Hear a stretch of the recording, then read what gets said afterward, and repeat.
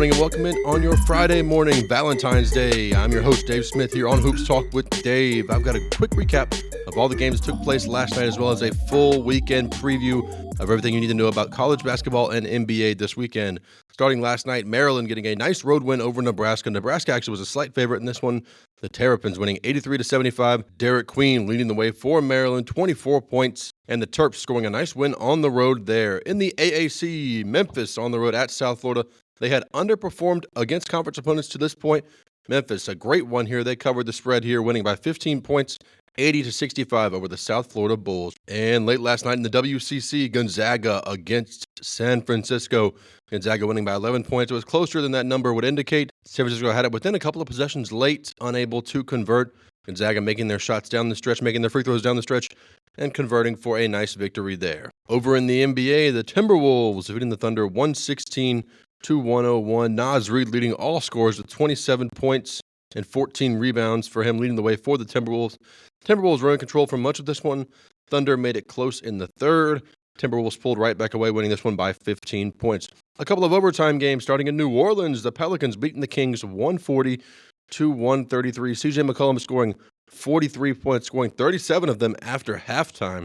Great performance from CJ and the Pelicans there to get their 13th win on the season. Over in Utah, the Clippers getting a road win at the Utah Jazz. Norman Powell, 41. James Harden, 32 points for him, as the Clippers able to get past the Jazz in overtime, 120-116. Over in Dallas, the Heat taking on the Mavericks winning by 5.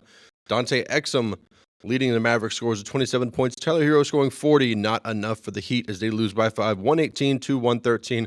And Golden State on the road at Houston, winning 105-98, led with 27 points from Stephen Curry, 25 from Aaron Holiday for Houston to lead all Houston scores. Houston made this one close late. Golden State pulls away, wins by 7, 105-98. And we have now hit the All-Star break in the NBA. We're about 2 months away from playoffs beginning, which is crazy to think about that we are that close to playoffs starting. But thank goodness we are. We are all ready for some great playoff basketball coming for us. And as far as All-Star Weekend goes, we've got the Rising Stars competition tonight. Tomorrow night, you have the three-point contest, the dunk contest, and the skills challenge. And then Sunday, you have the All-Star game itself, or I should say games this year, because it's a new format. There'll be 4 different teams playing head-to-head. First to 40 points wins, and the 2 will play in the championship game. Kind of an interesting format, trying to keep the game a little bit more interesting for everybody at home. I don't think it's a bad idea. We'll see how it works out Sunday night. But that's it for the NBA. Over to a great weekend in college basketball, starting with a preview of number 1 versus number 2, 4 o'clock p.m. Eastern on Saturday on ESPN. Number 1, Auburn on the road at number 2, Alabama. This is going to be a terrific one. As far as KenPom goes, if you're familiar with KenPom, it's a metrics-led website that ranks teams based on certain efficiencies, certain ratings in different areas of the game, and they provide a thrill score for each game that tells you supposedly how interesting or how competitive or how fun to watch the game is supposed to be. The thrill score for Auburn versus Alabama is the highest thrill score in the history of KenPom, which goes back about 20 years. So the anticipation for this game is hard to undersell. Auburn at Alabama. The line is basically a toss-up at this point. Alabama favored by 1.5 points at home.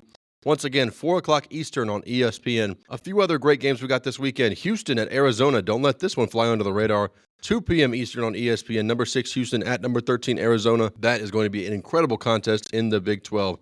Back to the SEC for another ranked matchup. Mississippi State at Ole Miss. Speaking of rivalries, the Basque Egg Bowl, 6 p.m. Eastern on ESPN2 in Oxford. Over into our lone ranked matchup in the Big 10 for Saturday, 1 p.m. Eastern on CBS.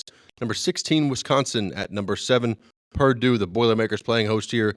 They are currently sitting as a 6.5-point favorite over the Badgers.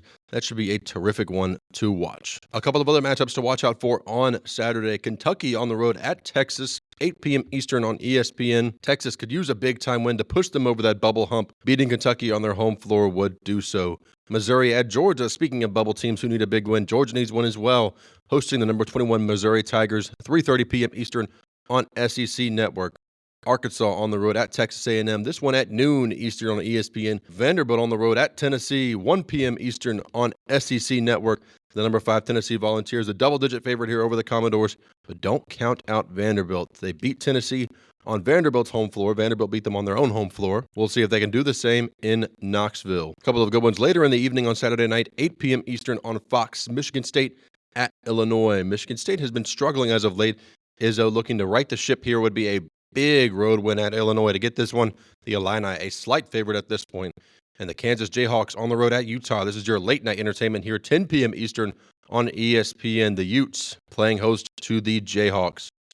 And over on Sunday, we've got one ranked matchup, Creighton on the road at St. John's, 3 p.m. Eastern on Fox Sports 1. This is Sunday afternoon. Number 24 Creighton at number 9 St. John's. St. John's coming off a tough loss. They'll be looking to bounce back here. I like Patino and his crew to do so. They're an 8-point favorite at this moment. So that's a quick rundown of everything taking place this weekend across college basketball and the NBA. Tons of great action to watch, tons of entertaining basketball to watch for sure. I'll be back with you Monday morning to recap it all. Be sure to follow me on Twitter or on X, however you prefer to refer to it as, at Dave Smith NBA for all the latest updates, all the latest news, and Dave's game of the day. I'll be back with you here on Monday. I'm your host, Dave Smith. Thanks for tuning in to Hoops Talk with Dave.